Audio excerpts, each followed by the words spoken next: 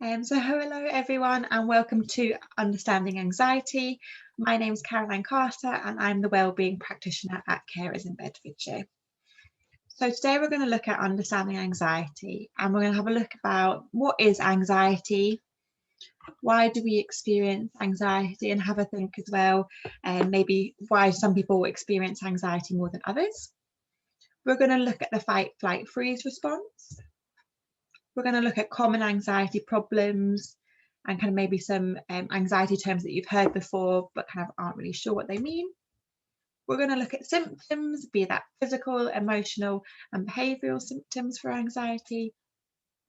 And then we're going to look at the thoughts, feelings and behaviour cycles. So this is the cognitive behavioural therapy model of kind of how our thoughts, feelings and behaviours interact with each other, which can kind of help us understand anxiety a bit more. And then we're going to look at how we can reduce our own anxiety. So the first thing that I want to say is that you are not your anxiety. Anxiety is an emotion or a feeling that we all experience from time to time, and it's a completely natural feeling for us to feel. It doesn't always feel comfortable, and that's what we're kind of been going into today, about how we can kind of become a bit more comfortable with it. But anxiety isn't a defining feature, it's just kind of a small part of us, and it isn't our whole being, although sometimes it can feel like it is. So first off, kind of thinking now, what is anxiety? So what does anxiety mean to you? So just having a think now, when I say the word anxiety, what does that mean to you? Do you think of a particular situation, a place, a thing? Do thoughts come to mind? Does your heart start beating fast, kind of palms going to get sweaty? And kind of thinking about what it means to you. And the dictionary definition of anxiety is a feeling of worry, nervousness or unease about something with an uncertain outcome. So often we have worries about things in the future, so what ifs. I know there's a lot of uncertainty at the moment with kind of lockdown restrictions and things like that. I'm not sure what's going to happen.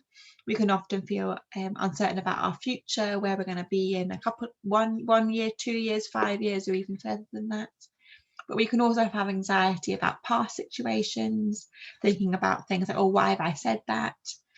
Or we also might have anxiety in the here and now. We might have problems that we're facing that makes us feel very anxious because we don't know if we're going to be able to pay bills on time, or we might be kind of worried about kind of walking into a hospital appointment or anything like that. And anxiety can also be defined as a strong desire or concern to do something or for something to happen. So it kind of is that fear of uncertainty again, kind of waiting for something to happen or wanting something to happen to kind of get us out of that kind of limbo place. So why do we experience anxiety? As I said earlier, we all feel anxious from time to time, and it's a completely natural response to a threatening or a difficult situation. So if problems pop up or kind of situations are happening around us, it's natural for us to feel anxious. For example, in the kind of pandemic example, we naturally feel anxious about this and worried, so we keep our distance, we wear masks, people get the vaccinations, things like that, because if we didn't feel anxious or worried about it, we wouldn't care about the restrictions and we would put ourselves at risk. But kind of a lot of the time we can think, oh well, if it's such a natural feeling, then kind of why do I feel so uncomfortable? And that's something we're going to go into in a second. But we feel anxiety almost as a kind of an immediate response to things, and this is called our fight, flight, freeze response, which I'll kind of show a quick video of in a second. But basically, if we kind of think of our brain as our fists, and this kind of is right behind our forehead, these knuckles here is our prefrontal cortex, where we make decisions, we problem solve, all those sorts of things. And this kind of bit in the middle here where our thumb would be is our amygdala. So when we're in a dangerous situation and we need to act quickly, our amygdala fires and we call it flipping the lid, and it kind of takes our prefrontal cortex offline and helps us to react really, really fast. For example, if you're about to cross a road and a car comes streaming down the road, we automatically take a step back, or you reach your hand out and the pan's really hot and you take your hand away really quickly. And this is a innate automatic response designed to keep us safe as humans. So if we think back to kind of like cavemen days, if we were kind of going around the place and we saw something that we thought was a lion, we wouldn't want to stop and think, oh, is that a lion, or is it a really big rock or a big pile of sand? Because if we spent too much time thinking and problem solving using this front part of our brain, we might be more at risk of being eaten. Whereas if we automatically assume it is a big scary thing and we run away, or we hide, or we try and fight it if we think we can, that keeps us safe. And obviously those kind of genes are the ones that get passed down. So yeah, it's completely natural and keeps us safe, but often we can this kind of alarm setting, flipping the lid, can go off too frequently, a bit like a faulty smoke detector. Instead of going off when there's an actual fire, it's going off every time we put kind of bread in the toaster and a little bit of kind of heat is kind of going off. For some of us can be a bit more sensitive to it. But this video, the fight, flight, freeze response, will hopefully kind of explain what I've just said in a bit more detail. Let me know if you can't hear the sound or anything in the chat. You know that scare? When you have to do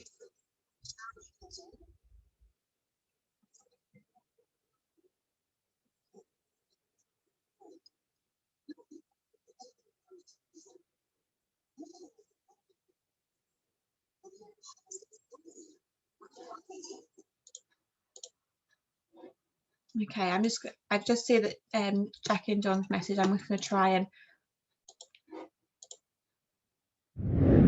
You know that scared or nervous feeling you get when you... Is everyone able to hear this time?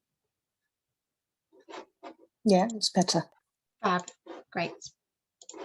Thank you for letting me know. You know that scared or nervous feeling you get when you have to do something you're not sure you can do? Or go somewhere you've never been before? That feeling is called anxiety. And it can feel a bit different for each person, but it usually doesn't feel very nice. Maybe your palms get sweaty, or your body tenses up, or maybe you get a tummy ache. Maybe you've heard of anxiety, or maybe you haven't, but you've definitely felt it before. Because everyone feels it sometimes. It's normal. You want to know something really weird about anxiety? It's actually trying to help you. It's true. All those uncomfortable feelings, those happen because your brain thinks you're in danger, and it wants to protect you. When our muscles tense up and we sweat, it gets us ready to do a lot of exercise, which is helpful if you need to jump out of the way of a runaway train or wrestle a wolverine. Sometimes our minds go blank and we feel like we can't move or talk. That would be great if we needed to hide. Instead, we just feel stuck. When your brain does this, it's called fight, flight, or freeze. The problem is, sometimes your brain gets confused and it can't tell the difference between a charging moose and, say, going to a new school. Both things can be scary and cause anxiety. But there aren't any dangerous wild animals at a new school. Hopefully. Understanding where anxiety comes from is the first step in learning to deal with it. So the next time you're in one of those tough situations and you start to feel those feelings, like butterflies in your stomach, or sweaty palms, or it gets hard to talk or move, remember, there's nothing wrong with your body. You're just having normal feelings of anxiety, and they're actually trying to help, even if they're not very good at it sometimes. Fab. So hopefully that video is helpful, kind of explaining again the fight, flight, freeze response. So like I kind of mentioned earlier, some of us kind of are maybe a bit more sensitive to anxiety than others, a bit like that faulty kind of smoke detector. But there are actually other reasons kind of why some people are more anxious than others. So we can think of it, kind of, I've got a picture of a meerkat here, and actually it can be a really helpful trait to be kind of anxious, in that kind of thinking back again to the cavemen days, thinking about meerkats as well, there'll be people who are really sensitive to like kind of look at a scene, scan for danger, and be really alert and pick up on kind of the dangerous things around them. And those would be the people, a bit like the meerkats, that would alert the rest of the tribe or the rest of the group of people that danger was coming. And having these kind of meerkat style people that were really sensitive to danger kept the whole pack safe. So that was a kind of a genetic trait that was passed down. But obviously, if you're able to scan for danger to such a really acute level, you can look around all the time and always kind of spot a bit of danger. And also kind of situations now aren't as dangerous as kind of back in the caveman days, where there was kind of wild animals around and we didn't have kind of homes with locked doors and things like that. So a bit of why some people are more anxious than others is genetic. Some of it is also learned behaviour. So we might have it could be family, it could be friends, it could be even like kind of people that we were in the same class with at school, kind of sitting next to them.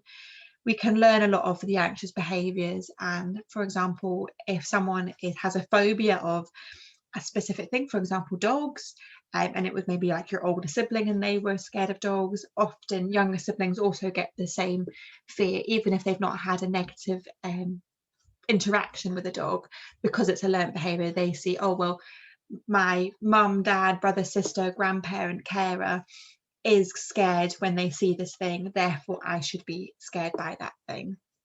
So we can kind of learn in that way.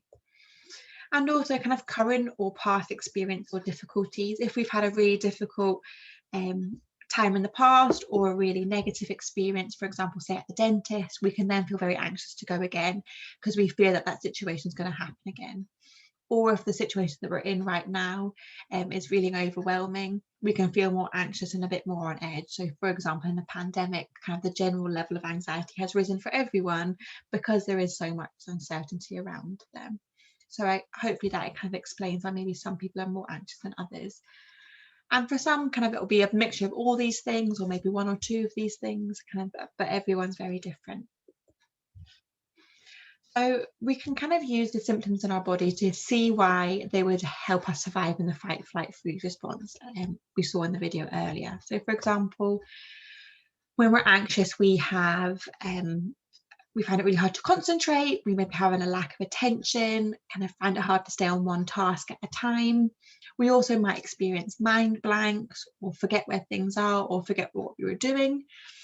And like I kind of explained there with the prefrontal cortex versus the amygdala, when our fight, flight, freeze response is kind of on, it turns off that prefrontal cortex. So that thinking brain is shutting down to preserve energy. We're not focusing on kind of solving those problems, thinking things out thoroughly. We just want that short, snappy response. But because of that, we kind of lose briefly some of those pathways for memory and attention.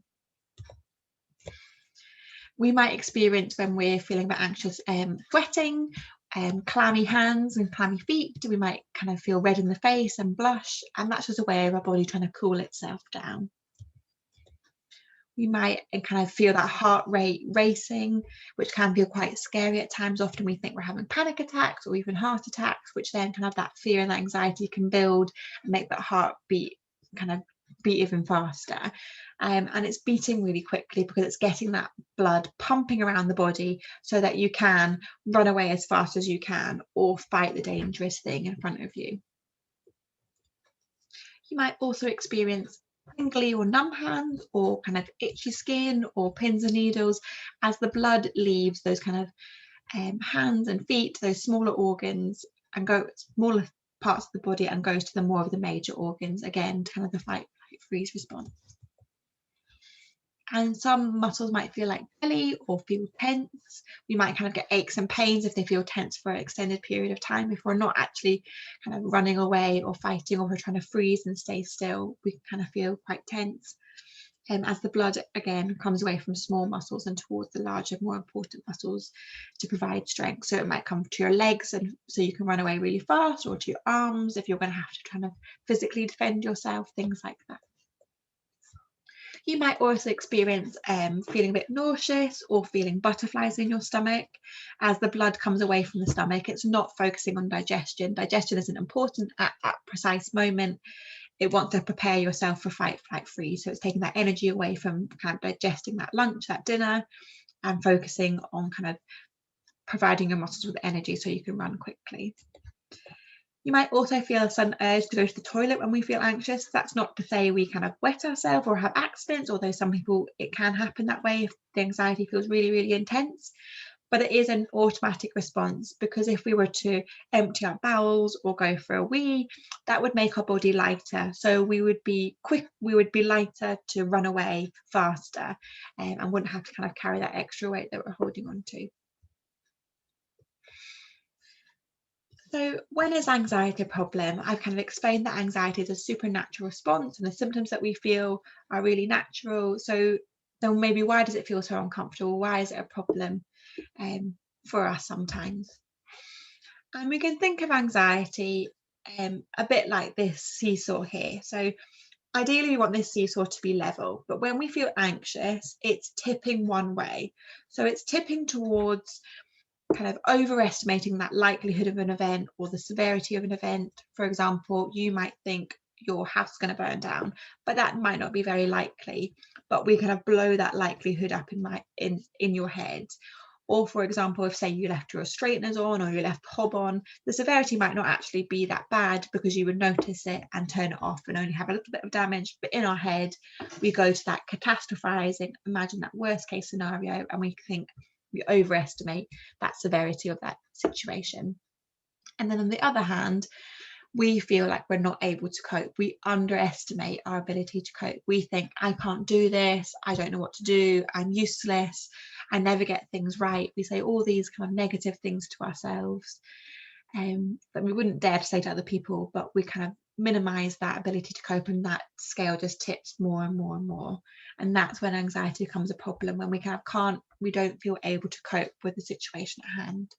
And of course there will be problems that we face that are severe and are happening right now, so that severity and likelihood is a current threat, but kind of making sure we're kind of thinking as proportionately as we can and reminding ourselves that we do have 100% success rate of coping, and no matter how difficult things have been in the past, you're here today, you've got through it, kind of despite all the difficulties and the discomfort and all those obstacles, you've done it, and kind of remembering your success can help kind of inflate that ability to cope so that you can kind of rebalance the scales.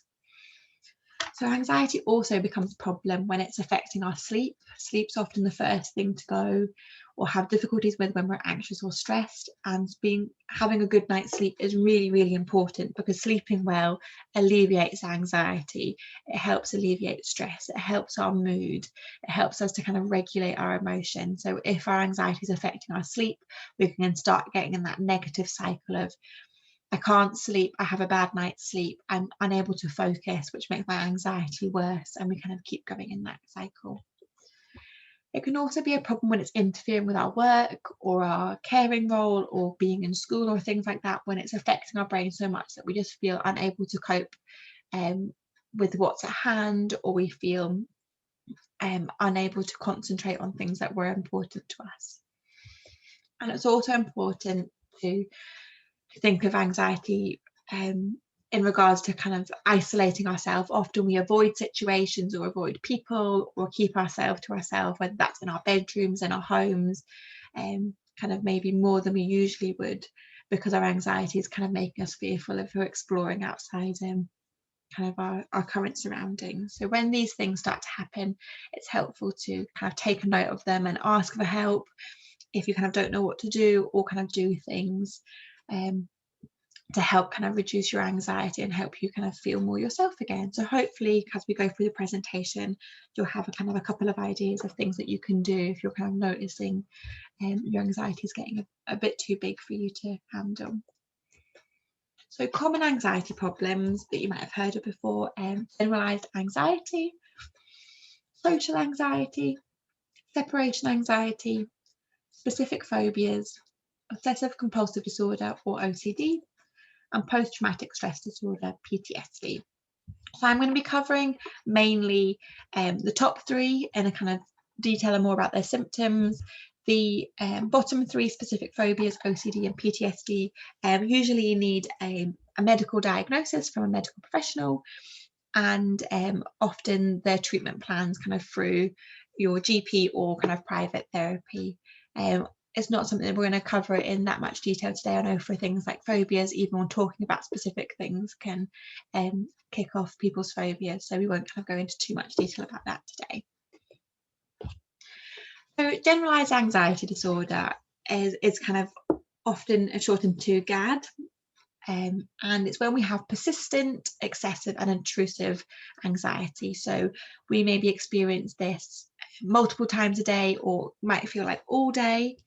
We kind of worry about a whole range of things, if not everything, and these thoughts can be really intrusive and can interrupt even activities that we usually enjoy. So it can feel very, very overwhelming.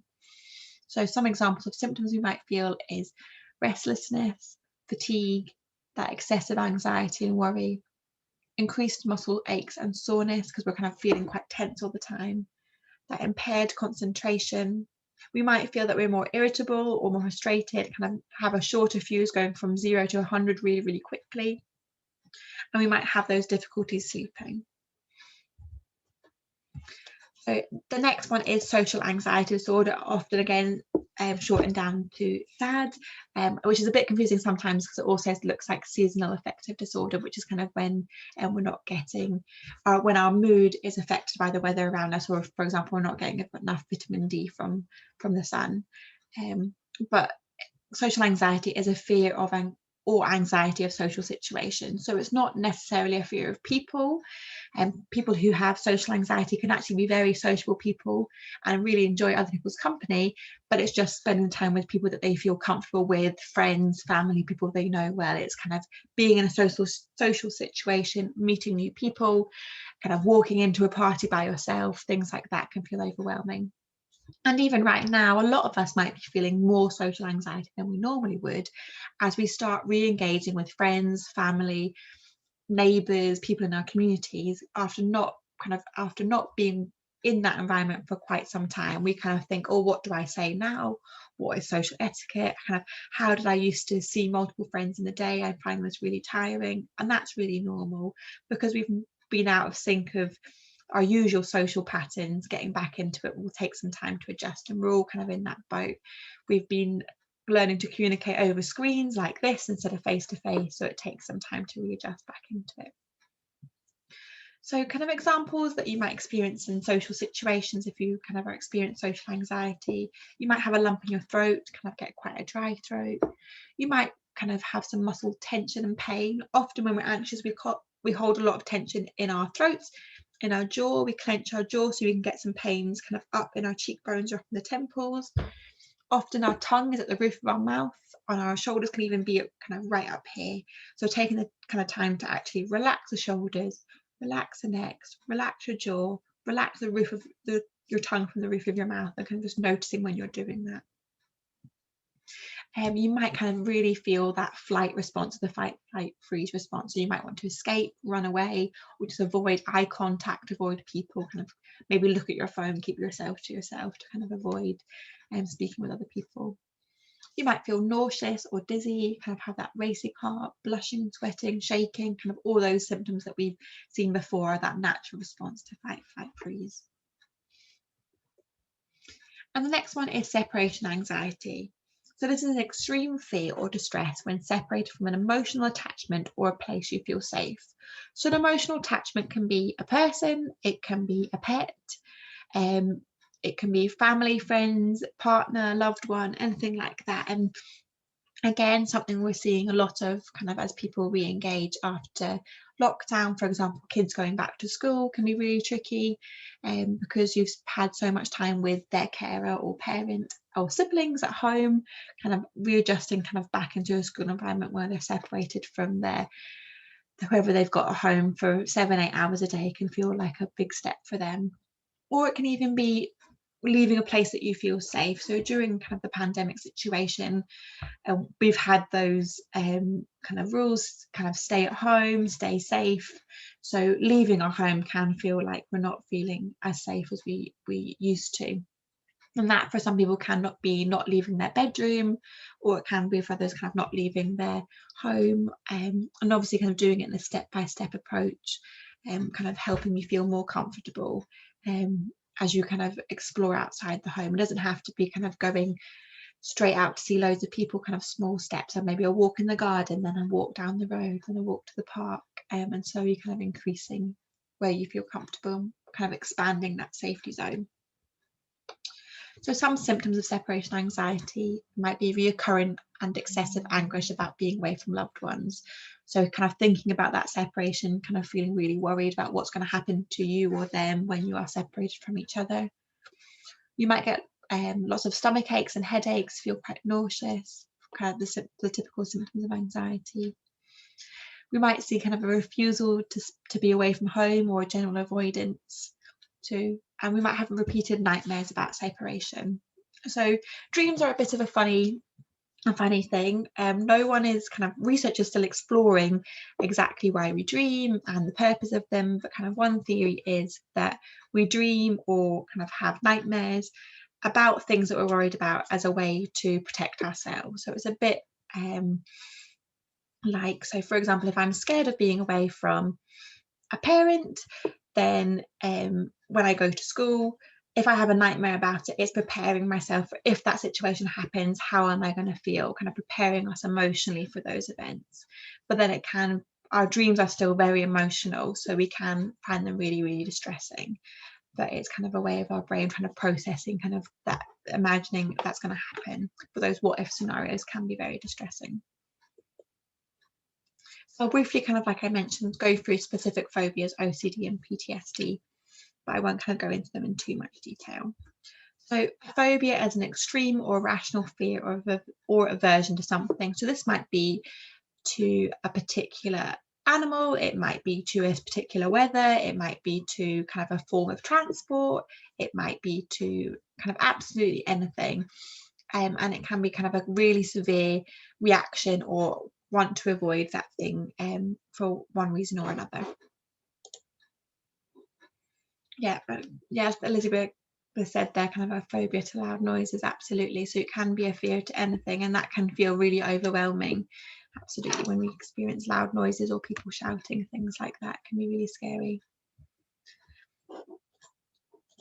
And then OCD is a condition characterized by obsessions and or compulsions that interfere with daily life, including obsessive thoughts or extensive rituals.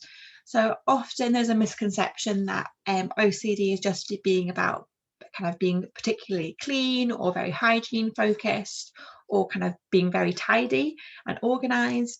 But OCD is a lot more than that. It's kind of feeling like you can't do a particular task or a routine, because if you don't do that, something bad is going to happen, and that something bad can be something really, really awful, and because you do that ritual or that thing, it prevents that bad thing from happening. But if you kind of dare not to do that thing, then that worst case scenario will happen. So it can be very distressing, and it can be kind of hand washing, checking light switches, kind of the typical things that we think of, but it can be a lot more than that as well. It's kind of very individual for different people.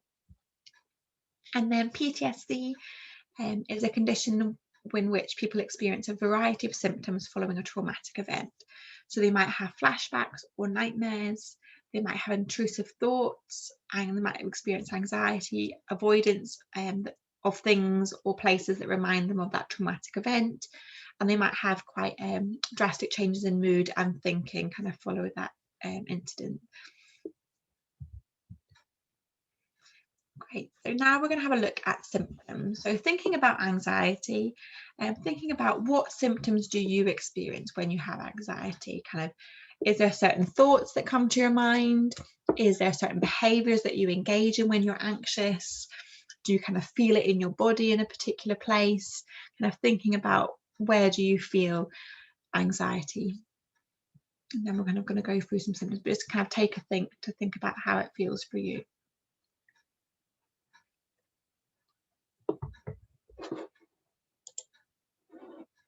Yeah, Elizabeth has said feeling overwhelmed all of a sudden. Absolutely. Yeah, kind of can rush on all at once.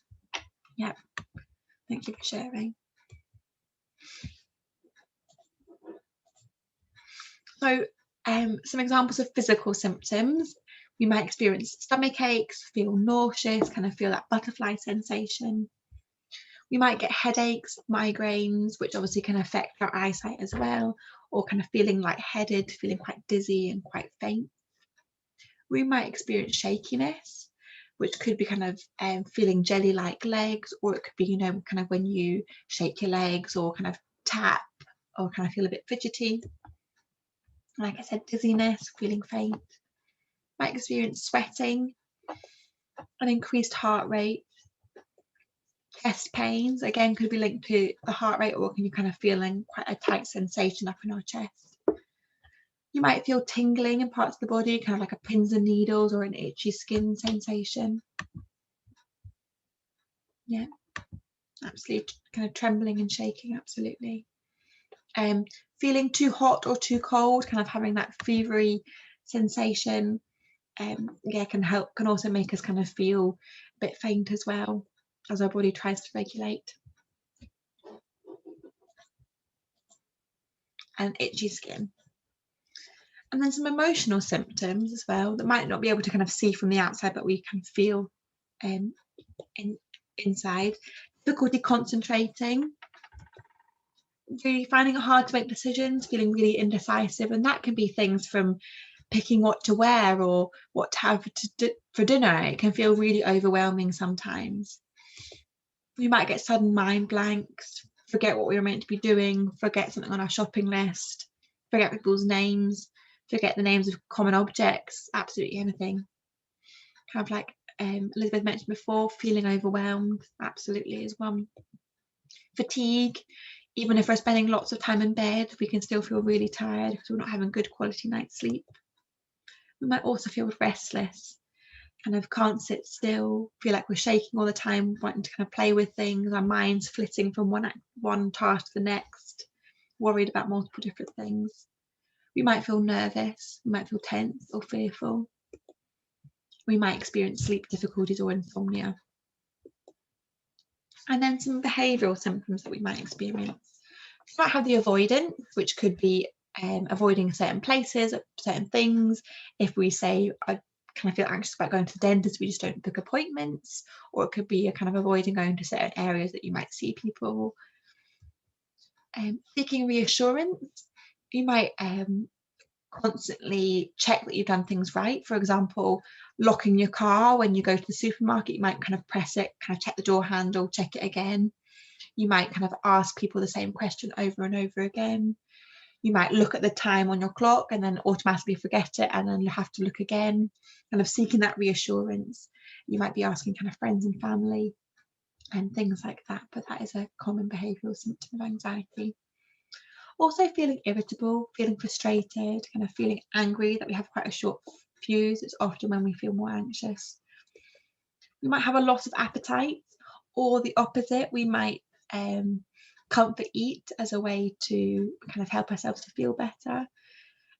Often some people as well with a loss of appetite can even forget to eat, which kind of feeds into the fatigue and can actually worsen the cycle. And again, kind of with comfort eating, some people look to other coping mechanisms, for example, alcohol or other substances, which might kind of alleviate symptoms in the short term, but in the long term have kind of more negative effects. And might engage in compulsive behaviour. So, for example, nail biting, scratching. Some people maybe pull out hairs of the head or their eyebrows or their eyelashes. You might kind of notice like the jiggling of the leg, shaking, picking at skin, fiddling with items, kind of doing things to kind of keep yourself busy. So now that we've looked at kind of what is anxiety, why some people feel anxious more than others, and common symptoms, we're going to look at the thoughts, feelings, and behaviour cycle. So like I mentioned earlier, this is a cognitive behavioural therapy formulation, and it goes through how our thoughts affect how we feel, which affects our behaviour, which affects our thoughts, and it kind of goes in a cycle, but it also works vice versa as well. So our thoughts feed into our behaviours, our thoughts feed into our feelings feed into our behaviours, and vice versa. So it's all interlinked. So once we kind of change one thing, it can change the whole cycle. So when we feel anxious, this whole cycle can kind of get more anxious quite quickly. So we're going to watch this video together, kind of taking us through thoughts, feelings and behaviours.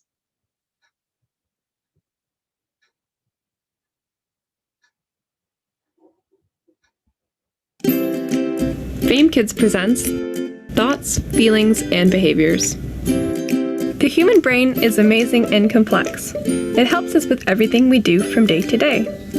Information about the world around us is sent to the brain, which helps us make sense of the information and use it to form thoughts, feelings, and behaviors. As such, our thoughts, feelings, and behaviors are all connected. When you see a small dog, you may think, "That's a cute dog." This thought makes you feel happy, and so you may ask to pet and play with the dog. So, how do our brains do all of this? Let's first look at the basic building blocks of the brain: neurons. Neurons work by sending each other messages. They use chemical messengers called neurotransmitters. You see, neurons are separated in the brain, like how two islands are separated by water. Neurotransmitters act like the boats that carry messages from one island to another, so they are able to connect the two islands with information. These signals produce a response. For example, when your hand touches a hot stove, neurons will send a message to other neurons in the brain, which then quickly sends a signal down your hand to remove it. Now to look at someone who is experiencing a mental illness. When there is too much or too little of a neurotransmitter, this can change how the message is received.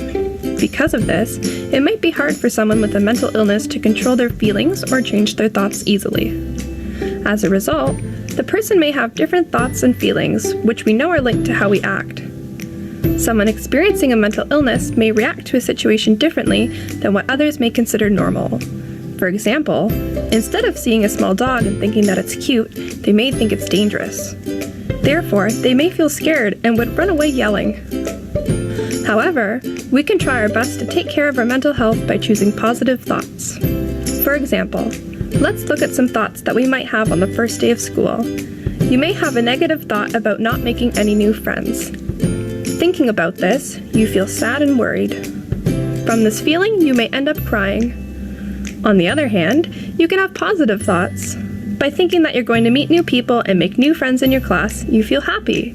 So then, you walk into class with a big smile on your face and talk to the new classmate that sits beside you. Being able to understand what is making you think or feel a certain way will help you to choose positive thoughts instead of negative thoughts. Positive thoughts help us to feel happy. They help us to overcome our fears and to try again even when we fail. Remember these thoughts when you're faced with a tough situation. This video was brought to you by the Family Association for Mental Health Everywhere.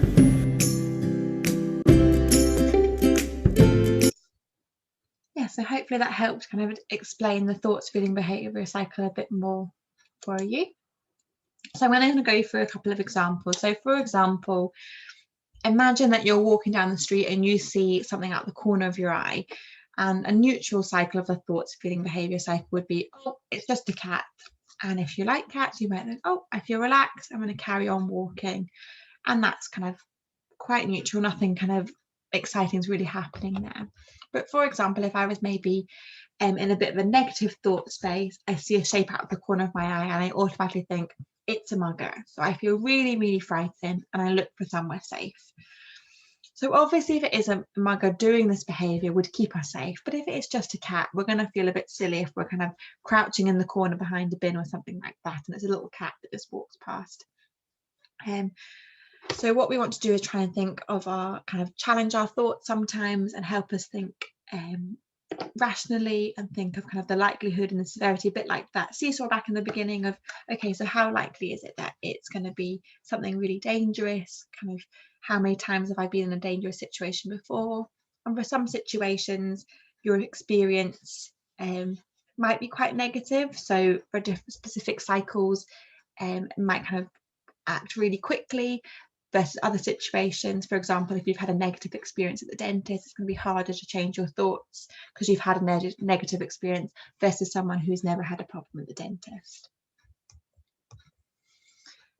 But so once we look at that cycle of thoughts, feelings, behavior, we know that kind of changing one part of it has a ripple effect. So we can change our thoughts, we can change our feelings, and we can change our behaviors. But if you just pick one to focus on, the whole cycle can change. So we're going to have a look in a second about kind of how to defeat negative thinking, which we're going to go into that in more detail to help us kind of learn about how we can challenge our thoughts. We can also do some grounding techniques, which again, I'll show you some videos of in a second, but I'll just kind of explain them briefly just now. So there's the 5, 4, 3, 2, 1 technique, which goes through our 5 senses. So in the area around you right now, think of 5 things that you can see. So looking around the space around you, what 5 things that you can see, and just kind of name them. So I can see my water bottle, I can see my phone, I can see my laptop in front of me, I can see my pen, I can see a candle. And then 4 things that you can touch. So kind of reach out and physically touch the things in front of you. So I can touch my laptop, my water bottle, the mouse of my computer, and my headphones. And then 3 things that you can hear. So I can hear some birds tweeting outside, I can hear the ticking of my clock, I can hear the whirring of my laptop fan. And then 2 things that you can smell. So you might be able to smell your perfume, or the smell of a candle, or if you've got the window open, you might kind of smell freshly cut grass or anything like that. You might smell your delicious dinner that's just been cooked, anything like that. And then the last one is 1 thing that you can taste. So you might have just had food and you can still taste that in your mouth. You might chew gum and kind of notice how that tastes. You might just have a sip of water and notice how that tastes. And going through our senses in this way helps us to remove our attention away from the anxious thoughts or the anxious sensations in our body and focus on the world around us, kind of engaging with our body and kind of looking outwardly. We can also do this through body awareness. So for example, sitting on kind of wherever you are now, you can kind of sit nice and upright and notice how it feels with your back against the chair. Notice how it feels on the backs of your leg, on the top of the chair. Kind of get both your feet flat on the ground and push down. Notice what that feels like. And you can also do a body scan. So taking note from the top of your head to your toes, scanning down. Is there any tension in your body? Are your shoulders up really tight?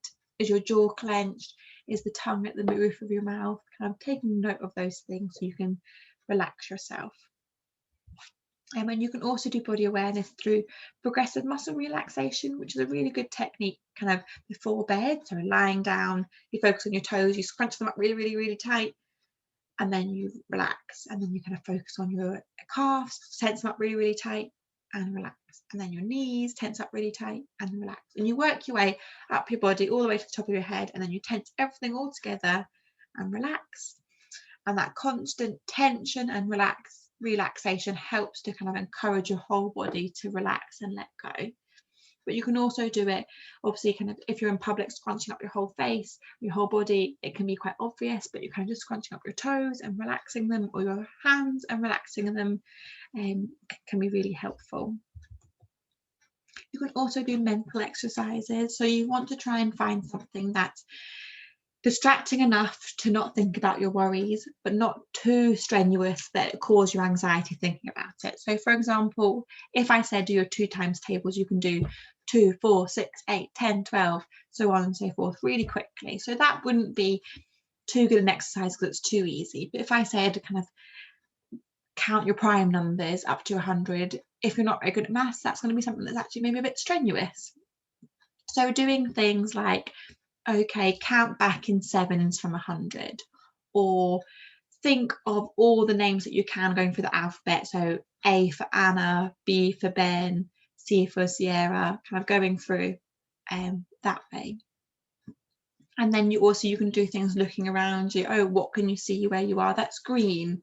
What can you see that's bigger than the palm of your hand? What can you see that's the size of a paperclip? Anything like that. But just kind of, again, taking our attention away from inward and looking outward, which kind of helps reduce the anxiety because our brain's distracted.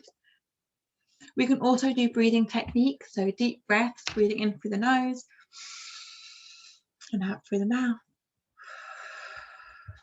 Breathing in through the nose, out through the mouth.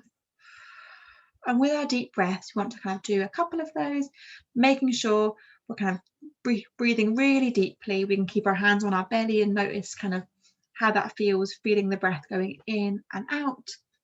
And trying to make that exhalation a bit longer helps to kind of calm everything down. We can also do box breathing, which is a technique where we kind of look for a rectangle or a square in the space around us. So kind of almost all of you watching now will have a screen in front of you, whether it's an iPad, tablet, a laptop, a phone, which is a rectangular. So I'm going to use my little box where my face is to demonstrate this, and we can do it a number of ways. So we can kind of breathe in, hold it, breathe out, hold it, and then go to the top again, breathing in, hold it, breathing out, hold it. Or if you feel like you can breathe it, do the breathing for longer, you can breathe in, 2, 3, 4, out, 2, 3, 4, or kind of any variation on that. And you don't have to do it around the screen, you can do it in a square on the table, or kind of tracing, but it's helpful to do it in a rectangle because you can trace around a phone, you can trace around a notepad, anything like that.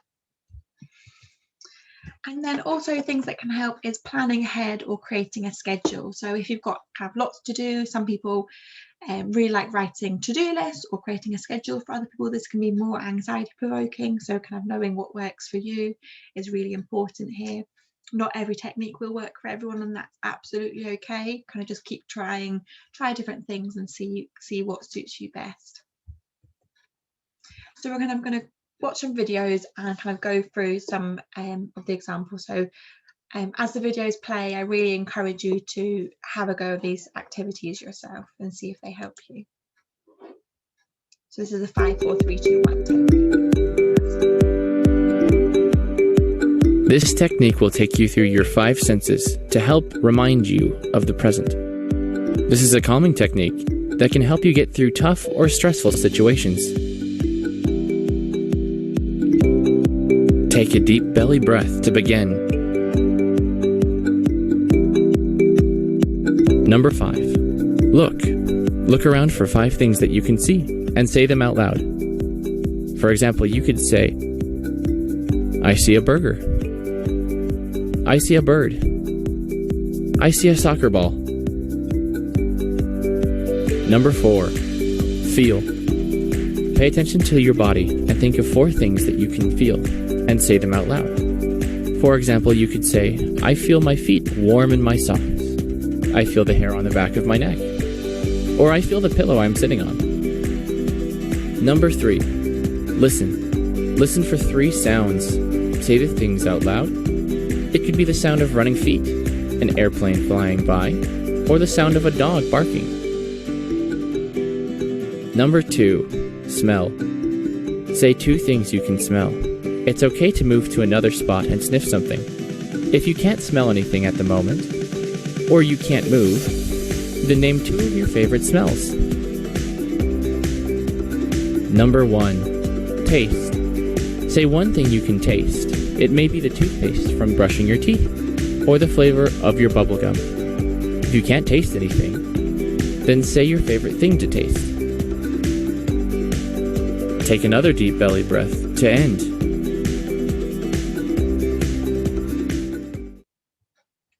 Great. Hopefully that was helpful to go through another example together. And then now we're going to look at box breathing. So this is 3 minutes of deep breathing, and I really encourage you to join in as well. It can feel like quite a long time, even though it's only 3 minutes, but hopefully you'll feel relaxed after having a go.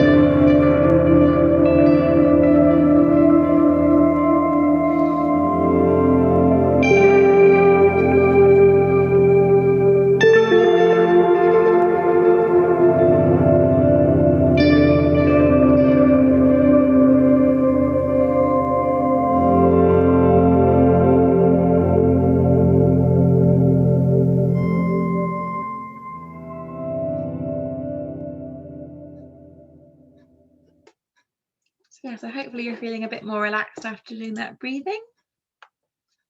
And now we're going to look at another technique on how to defeat negative thinking.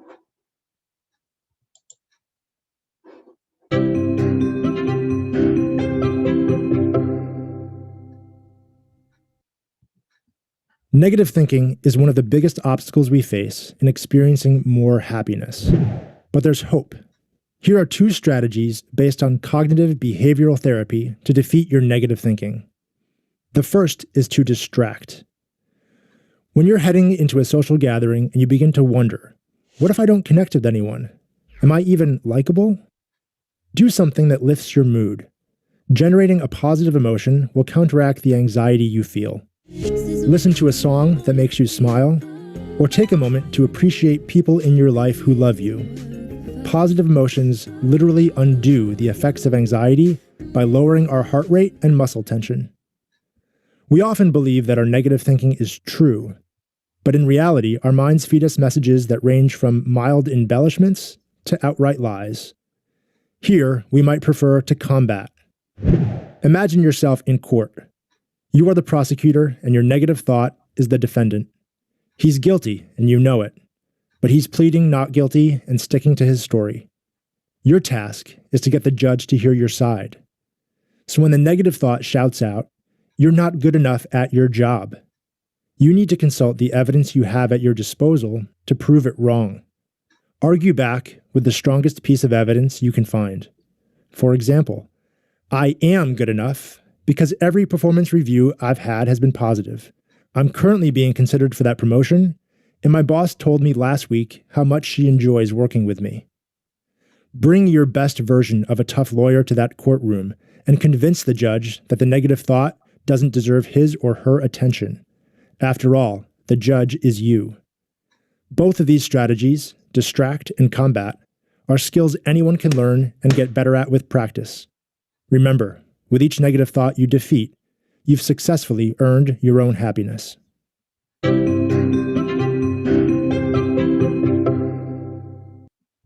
Yes, I really like that video. I think it's really helpful to see that, especially that judge technique of challenging those negative thoughts, because we can often be really unkind to ourselves and call ourselves names that we wouldn't dare say to other people.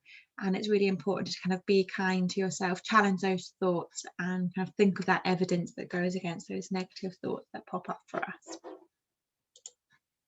So some other techniques that might help reduce our anxiety is to exercise. So that can just be spending some time outdoors, kind of walking around that garden. It might be going to the gym, going for a run, kind of going for a swim, hula hooping, whatever kind of form of exercise that you like. It might just be taking a couple of steps up and down the stairs in your house, or kind of using cans of soup as weights. But doing something to get our body moving can really help release any anxiety kind of building up within us. Being creative can also help reduce our anxiety. I mean, being creative in any way that you like, kind of engaging with our hobbies, painting, drawing, reading, writing a song, playing an instrument, kind of whatever way you like to express your creativity. Listening to music can also really help. You might have your favourite song, have a dance around the kitchen, but can also really help to distract yourself and reduce any anxiety that you're feeling. Taking part in your hobbies, like I mentioned earlier, whatever they may be, if they're exercise or reading a book, doing a crossword, talking with friends, kind of going out for lunch, whatever things that you like to do, and watching movies or things on Netflix, kind of thinking of things that you enjoy, because if we do things that we enjoy, it lifts our mood and helps us to kind of combat our anxiety. And also talking about how we're feeling is really important. It's kind of Mental Health Awareness Week this week, so we want to kind of bring it to the forefront that it is okay to feel this way, and we all feel anxious from time to time, and that's completely normal. And we just want to kind of step in when our anxiety is maybe getting a bit much and stopping us from doing things that we want to. So talking to friends, to family, to professionals, asking for help when you need it is absolutely okay. It's encouraged, it's a sign of strength, to know when you're finding things hard and would like some help. So if you want to get in touch with us at Carers in Bedfordshire, you can contact us on 0300 111 1919.